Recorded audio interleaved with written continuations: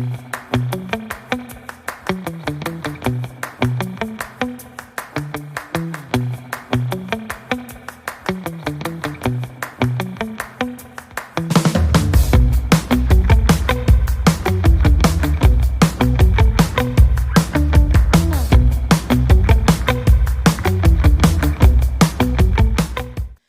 streets of Metro Manila, full of possibilities, full of surprises. But the biggest question is, paano ka makakarating sa bawat sulok ng Manila ng mabilis, madali at nang hindi nabubutasan ang bulsa? I am Pao Cruz, your host, and this is Para Paraan, painting Manila yellow one stop at a time. For today's episode, dadayo tayo sa isa sa mga pinakamalaking transport hub sa Pilipinas, ang Parañaque Integrated Terminal Exchange, na matatagpuan sa timog ng Metro Manila. Ano pang hinihintay natin? Let's get to know our challengers. Hi Thamashes! I'm Jake Xavier Caraan, ang commute warrior ng Pampanga. Diskarte ang labanan natin dito, kaya naman LRT1 ang aking kasagutan. Mula UST, pupunta ako ng Bambang at sasakay ako ng LRT hanggang PITX. Walang traffic, walang hassle, at alam nyo ba yung pamasahe ko kung magkano? 30 to 40 pesos lang. Mabilis na, tipid pa. Pero teka. Huwag kayong kumpiyansa. Dahil nandito na ako, si Chelsea Durla, ang ultimate transit tracker ng Cavite. Kabisado ko ang diskarte sa daan. Kaya alam ko yung pinaka-chill lang na biyahe. Sa bus, dire-diretso lang. Uupo lang ako, tapos magre-relax. Tapos ibababa na ako ng PITX. Walang palipat-lipat at walang hassle. Tapos alam nyo ba, ang pamasahe ko lang ay around 35 pesos lang naman. Mas mabilis na, mas sure win pa. Sus! Ako na to! Hi guys! I'm Inigo Diaz, the human GPS of the East. Sa commute, palagi akong may plan A, B, hanggang Z. At ang best route natin ngayon, UV Express at E-Jeep. Saka UV sa Espanya, baba sa Bandia, tapos Jeep to PITX. Mas flexible, mas fast, at iwas siksikan. Kahit 65 pesos ang pamasahe, napakasulit sa bilis. Chelsea, sure ka ba dyan? Alam mo namang sobrang traffic dito sa Espanya. And pag sobrang traffic dyan, wala nang diretsong PITX o kaya naman wala ka nang masasakyan kasi punuan. Paano ka pa naman kaya, Jake? Sabi mo mag-LRT ka. Oo. Unpredictable ang pila doon. Buti sana kung naka-VIP lane ka. Kahit anong diskarte ninyo, mas mauna pa rin ako. May reroute agad ako if something goes wrong. Kaya, good luck sa pila at traffic. Parang hindi din. Guys, wag na tayo magtalo kahit alam ko namang mananalo talaga ako dito. Alam nyo kung bakit? Bakit? Kasi kailangan na nating umalis at magkaalaman. Alas 3 na oh! Rush hour na, tara na, let's go! Alam kong lahat tayo ay sabik ng malaman kung ano ang susunod na mangyayari sa ating mga players. Pero mas lalo akong excited dahil makakasama natin ngayon ang isang eksperto na magbibigay ng mas malalim pananaw sa atin tungkol sa commuting challenge. Ayun, so our guest is a seasoned corporate affairs professional with expertise in communications, stakeholder engagement, and corporate social responsibility. Currently serving as a senior corporate affairs officer at MWM Terminals Incorporated or PITX. So please welcome Miss Colleen Garbacio Calvasa. Hello, Miss Colleen. Hello, magandang hapon sa iyo, Magandang hapon po Pao. sa inyo. How was your day? Thank you for inviting me here. My day, it's been a ride kasi umaga pa lang marami na tayong inaasikaso sa ating terminal. So, coming here then, syempre, Nagaling po kayong duty. yes. Ay, wow. Thank you naman po. Nasingit kami sa inyong schedule. Pero babalik lang ako. Grabe naman kayo sa season. Hindi pa ako season. Seasoned. Ayan. Anyway. So let's get straight to the topic po, Miss Colleen. Napanood natin yung challenge, no, kanina. And ngayon, gusto naming malaman yung opinion ninyo about the challenge. So you've worked in corporate communications and stakeholder engagement for major transportation hubs like PITX and LRT1. How has your experience shaped your understanding of the Philippine transportation system? Well, actually, coming from LRT1 at first, no. My job there was corporate communication. So, meaning, ang inaasikaso natin dito ay yung press releases. Kumbaga, we communicate with media to let them know what's the good news, anong meron sa ating transportation na bago, no. The same time with PITX, it's the same, no. So for us naman, nakita natin kung gaano nag-change yung landscape of transportation coming from both na land port and then syempre railway naman. So transportation systems play a crucial role nga no, in daily life of Filipinos like us. Yet they often receive public criticism. Paano niyo po hinahandle yung crisis communication when issues arise such as delays or yung computer complaints? Yung mga delays, that's a normal, expected natin sa landscape ng Philippine transportation. However, we always acknowledge na sa mga pasahero natin na we tell them that there will be delays. We're honest naman. Kasi it's not our fault. It's not anybody's fault. It's just that marami lang talagang sasakyan outside, no? And then that causes traffic.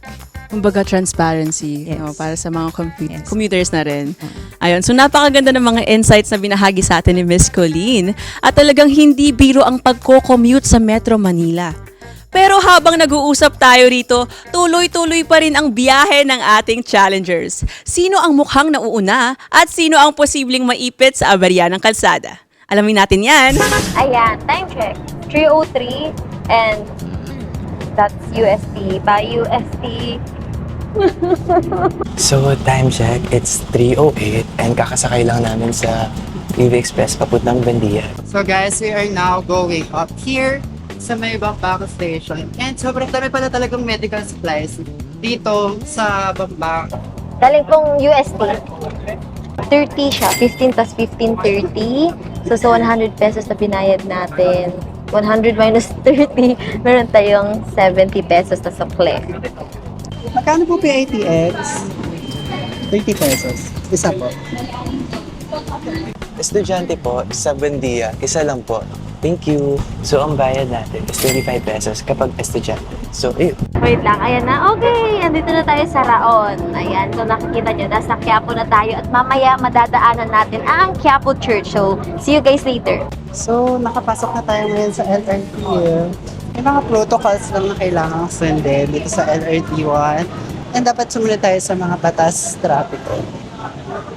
So, we just passed by Quiapo, which is referred to as the old downtown of Manila. This is where the minor basilica of the Black Nazarene or Quiapo Church is located. Also, this is where Raon Shopping Center, yung shopping center na puno ng appliances, is also located. Habang nag-aabang si Jake ng tren, nakipaghalubilo muna siya sa mga kapwa niyang pasahero. Arkinzia, kamusta naman yung pagta-travel mo? Gaano katagal ka nagta-travel everyday from your home to school? Nagta-travel po ako with by train 2 to 3 times a week. At ang pinakamatagal ko na pong travel is mga 2 hours po siguro. Kasama na nun yung na-delayed yung train. Okay naman po basta hindi siksikan kasi ang hirap po makahingan. Mainit na rin lalo na pag mainit yung panahon. Mas lalong nahihirapan mag-cash sa train po. And that concludes our first peek of our Challenger's journey. May ipit kaya si Chelsea papuntang Taft Avenue? Ano kaya ang naghihintay kay Inigo sa Buendia? At hindi pa ba nag-aalala si Jake na ngayon lang nakasampa sa tren ng LRT1? Kita-kits sa PITX Challengers! Nasaksihan natin ang ating mga challengers sa sumabak sa hamon ng lungsod. Iba-iba ang kanilang diskarte at ruta, may smooth sailing, may muntik ng maipit sa traffic, at syempre hindi mawawala ang commuter diskarte. Pero syempre hindi yan mangyayari kung wala ang ating sponsors and partners. We would like to thank our dear sponsor, Vandal Philippines. From New York to the Philippines, Vandal is the coolest way to celebrate with premium frozen mocktails and refreshing slushies. Turn any party, wedding, or weekend chill into an ice-cold experience. Media partner, HelloMNL.com, When in Manila, Business Mirror, TBC News, Filipino Mirror, Trendrod PH, Metro News Central, Edoxine Studios, Negros Daily Bulletin, The Manila Times, One Tech Avenue, Techie Pinas, SciTech, and Digital News. At sa ating pagpapatuloy, habang ang ating mga challengers ay nasa kanilang mga biyahe, kasama pa rin natin syempre si Miss Colleen Gervasio Calvaza. Hello po again. So, nakita natin yung first peek ng ating challenge, no? So, looking at our challenges routes, which one do you think has the biggest advantage so far? Actually, I think yung nag-take ng LRT ang pinaka may advantage because mabilis naman yung LRT dahil wala siya sa langsangan dahil Sakay lang, diretso po, no? walang ibang sasakyan na matatraffic siya doon, no? So, yung isa rin, probably, second would be yung UV Express. Kasi medyo mabilis yun eh. Alam naman natin eh. Pero may sasakyan pa po yung isa. Yeah. Kasi UV and Oo. Egypt pa yun. Okay. Oo. Pero kasi knowing the area, Bandia, Oo. actually, that's where I go every day. So, yung Egypt na yun, alam ko by that time, nandun naman. So, ang top one niyo po si Jake, yung sa LRT. Yes. Okay, malalaman po natin yun mamaya. But can we ask you what you usually do at work in PITX? Like, how does it contribute to commuters' experience? Actually, for corporate affairs, our work actually comprises of corporate communications, meaning I release press releases about the company. And then, aside from that, media relations na rin. Syempre, we also have to talk to our media friends, para lang din alam nila kung ano yung mga dapat na angles na i-release nila about this news. And then, aside from that, stakeholder engagements. Then, dahil ang PITX, if you must know, it's a PPP project with the government. So, it's a private-public partnership. So, ang aming major stakeholder is DOTR since we hold a concession agreement with them for 35 years. So, yun yung dalawang aspects of what I do. So, for commuters, definitely, we always hear their feedback through our Facebook page. And then, syempre, may mga, aside from feedback, complaints, Complaints. Yes. So, with that, kunyari may mga major complaints, we always assure the public naman na it will be answered. We also communicate with the department concerned, kunyari for operations ba yan, security-wise. So, yun yung mga bagay na tinatakal namin everyday at PITX. Based on your job, Ms. Colleen, how do you manage the volume of people that departs and arrives at PITX? Especially during rush hours or yung mga special holidays po na talagang dagsaan ng mga tao? Actually, hindi talaga ako yung nandun sa ground. But, for the most part, ito ang scenario whenever we have holiday season. So, upcoming na kasi yung Holy Week, right? So, alam natin maraming magta-travel going to the provinces. That ang pinaka-blockbuster natin dyan would be Bicol. So, for earlier pa lang ng before Holy Week, siguro mga 2 weeks or a week before, we always convene with the government agencies like DOTR, LTFRB, MMDA, you name it. It's for actually communicating kung ano yung mga needs ng public. So, security, we amp up our security for that. Syempre, additional buses, lalo na going to the provinces. Para lang din alam nila na alam naman nating maraming pupuntang mga tao dito, so mag-ready na tayo. So, yun yung one of the things that we do for the public. Meron po ba kayong idea on yung average na number of people na nagko-commute? Per day? Per day namin, daily average is 150,000. 150,000? Yes. Grabe. Akala ko mga 3K lang, ganyan. Ay, wala, grabe. Per day? Per day yun, per day. I'm no kidding. It's been like this since 2024 and it's heavily growing every time na meron tayong holiday season. So, our most peak would be 220,000 Grabe. for a day, yes. Ang dami niyo pong hinahandle, grabe. Since commuting is a daily challenge for many Filipinos like us, ano po yung mga practical tips na masashare niyo po sa amin para mas makatipid at makaiwas ng hassle sa biyahe? Well, technically, what we've been doing so far, since estudyante rin ako before, ang ginagawa ko is to travel earlier. And syempre, para hindi tayo makasabay sa peak hours, diba? Para din hindi ma-hassle. Pero alam niyo kung ano ang game changer actually in terms of public transportation right now is yung connecting ng LRT1 with PITX. Direct connection. So, kung ikaw ay estudyante coming from the Manila area, then magta-travel ka going to the south or Cavite, mas madali na yung biyahe mo because sakay ka lang ng LRT, baba ka ng PTEX, then papunta ka na ng Cavite, doon na yung bus mo. So, Ayun. Thank you very much, Miss Colleen, sa inyong mga insight and for gracing us with your presence, of course. Napakarami natin natutunan pagdating sa pagko-commute at kung paano natin siya mas mapapadali at mas mapapabuti. Pero before anything, if you have anything to plug or shout out or promote, the floor is all yours, Miss Colleen. Sige lang. actually, we want to invite the passengers, or kung hindi ka pa passenger or you're planning to travel via PITX this coming Holy Week, you can actually find us on Facebook. It's Parañaque ITX, or just look for PITX na merong verified check. So that you can communicate with us in terms of paano ba, kailan ba ang biyahe mo, gusto mo malaman kung paano makabook ng ticket, then definitely you can chat with us for that. Ayun. Pero habang tayo ay nag-uusap dito, patuloy pa rin ang biyahe ng ating challengers. Sino ang nakakalamang at sino ang humaharap sa aberya ng kalsada? Balikan natin sila. Excuse me po. Maraming tao dito sa LRT1. And medyo masikip, pero kinakaya naman natin. Time check, di ko na kaya. Nasusukan ako, guys. Balitaan ko kayo kapag nasa Bandiyan na kami. LRT1 has been extended south through the Cavite Extension Project, where it adds on 5 new stations to easily connect the travel from Pasay City and Cavite. The new stations after Baclaran are the Redemptionist Asiana Station, Manila International Airport or MIA, Parañaque Integrated Terminal Exchange for PITX, Ninoy Aquino Avenue Station, and Dr. Santos Sucat Station. Okay, time check guys. 3:35 PM na and kakalampas lang namin ng Lasal. So basically, nasa TAF pa rin kami. Medyo traffic siya guys. Feel ko, no, think positive tayo na tayo ang mauuna. Pero medyo traffic at ang bus ay humihinto kada minuto para maglagay or para kumuha ng mga pauwi na or papunta pa rin sa work. Kaya let's manifest na hindi na traffic sa may Rojas Boulevard or papunta sa may World Trade.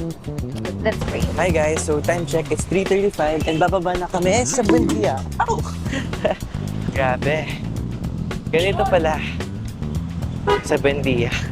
So right now, we'll be riding naman a Egypt going to PITX. And yeah, ngayon maghahanap na kami ng Egypt. If pupunta tayo... Ay! Kuya! Hi! Hi! Bye-bye guys! Bye-bye! So nakita po namin ang team nila Inigo at bumaba sila dito sa Buendia. Tayo dire-diretso tayong PITX kaya let's hope for the best na tayo ang mauna dahil sila Inigo andito pa sa Buendia. Kayo, tuloy-tuloy. Upo lang, relax. Chill.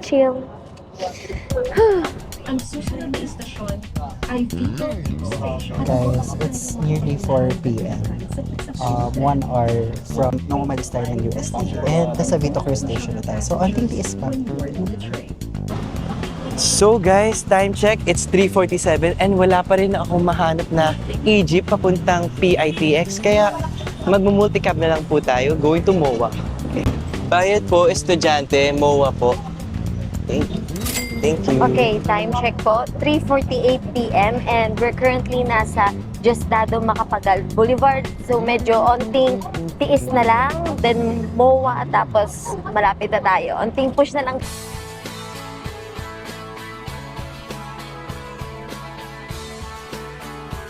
Hi guys, ito na yung globe of MOA. We're gonna be finding a vehicle going to PITX. So, update ko kayo guys.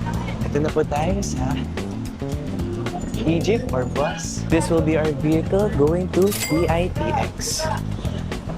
So now, guys, kita nyo yan, may ATX na tayo. We've got our single journey ticket and itatap natin siya doon para makapasok na tayo ng PITX mismo. Palabas na kami ng bus, wala nang natira sa bus dito sa loob. So magtatanong muna tayo kay Kuya. Kuya, tanong lang po, gaano po minsan katagal yung biyahe simula UST papunta dito sa PITX? 1.5 hour. Oh, narinig yung sabi ni Kuya, 1.5 hour. Okay guys, here na tayo. Bababa na tayo. And diretso na ako sa concierge. So here we are sa PITX.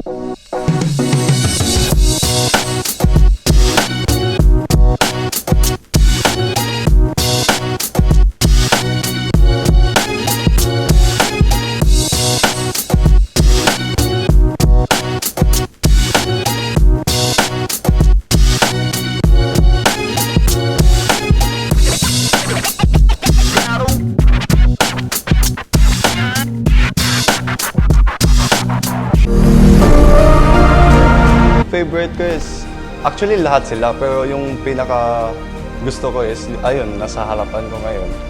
Yung ube twisted ng tinapayan. Favorite ko siya kasi it is cheesy and yun, favorite ko din yung ube.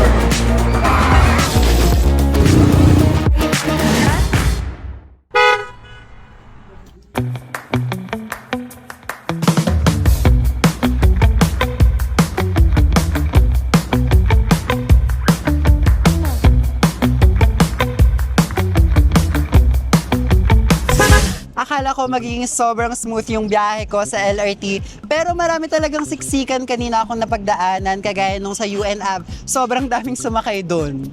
Ay, akala ko nga yung sa'yo, medyo okay lang. Kasi straight lang yung LRT. Akala ko din. Oo, yun nakakala ko sobrang bilis niya pero hindi pala. Kasi porket gumagalaw siya, ako na-stuck sa traffic, guys. Sobrang stuck ko sa traffic to the point na nahihilo na ako sa bus. Pero ganun pala talaga pag rush hour.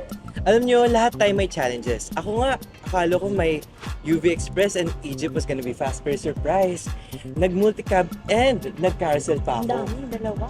Pero alam nyo guys, alam ko namang nahirapan tayo lahat dito sa challenge natin sa para-paraan. But now is the time for the moment of truth. Malalaman na natin kung sino ang nakakuha ng 3 award natin. For our Rush Hour Champ, for the fastest ride, sino kaya? Alamin natin. Let's watch this!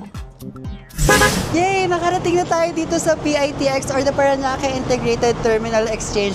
At alam nyo ba kung anong oras na? It's already 4:08. Nagpas lang ng isang oras yung biyahe natin from UST. Aminin nyo, sobrang layo ng UST talaga from PITX. Pero napabilis to ng LRT. So, imimit na natin si Chelsea and Jake kung nandun na sila. Let's go! 41.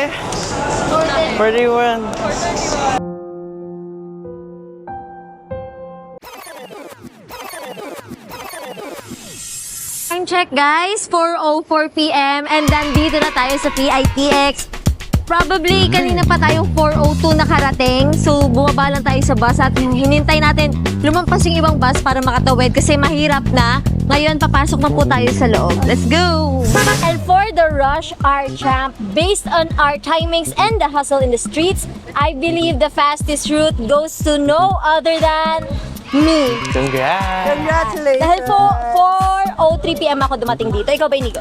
Feeling ko 4:31, yun. Ako mga 4:07, so medyo magkalapit lang tayo, Chelsea.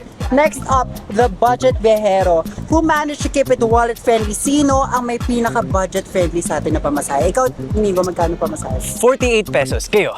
30 pesos flat, no lakad, no ibang sakay. Parang nagpaparinig ka kasi ako naglakad ako, but 30 pesos lang din naman yung sa akin. But it looks like the honor goes to Miss Chelsea Derla pa rin. Congrats! Yeah. Ay, Yeah, tama pala. and finally, oh, Ayaw mag... Sige, go. Ano ba yan? and finally, the Iwas Hulas Award for the smoothest and most comfortable ride. The award goes to no other than Chelsea! Bakit? Congrats! Kasi bakit? chill lang kami. Natutulog lang kami doon ng mga kasama ko. Ganyan, nakahiga lang kami. Kasi Ganon. Ay. Yes, we're so peaceful back then. Tsaka isang ano ka lang. Isang straight na sakay lang, yes. Naglakad. And congrats to all our winners and to all of us, of course. Every route has its perks and today, we learned that speed, savings, and comfort ay may kanya-kanyang moments. Diba? That's right. This challenge shows that there's no one size fits all. Each path teaches us something new. Great job, everyone. Let's keep riding smart and never stop improving. It is indeed a great experience to play here in Para-paraan! Painting Manila Yellow, one stop at a time. Well, that was one exciting commute. Nakita natin kung gaano kahalaga ang tamang pagpili ng ruta, diskarte sa biyahe, at syempre ang kaunting swerte. Sa kanilang mga naging reaksyon, kitang-kita kung sino ang mas nakatipid, may bumawi sa bilis, at syempre may sumugal din sa convenience. Pero ang pinaka-importanting tanong, alin sa mga ruta nila ang pipiliin mo kung ikaw naman ang pasasakayin? At yan ang naging biyahe natin ngayong araw.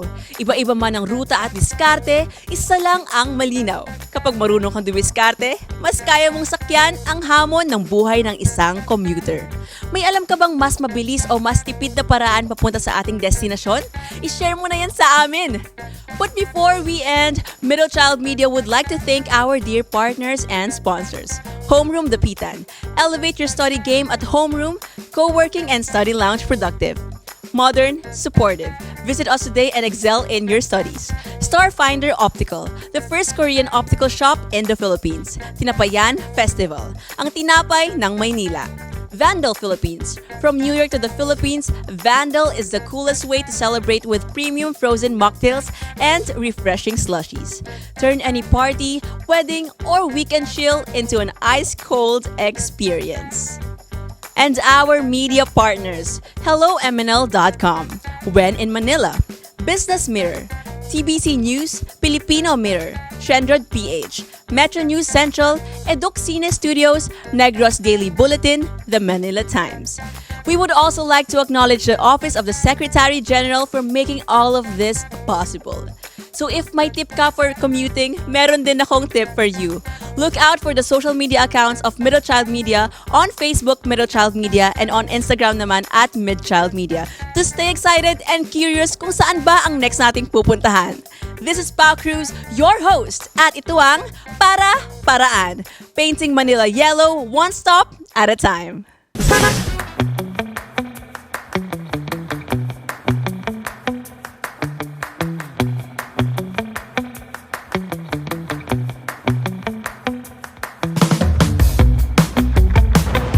Beat that. Kung nakabayad tayo ng 12 pesos, Mga pinagdaanan talaga. Nakita natin yung friend natin dito na siya. akala ko may pedicab. Punta na ako sa lab ni ate.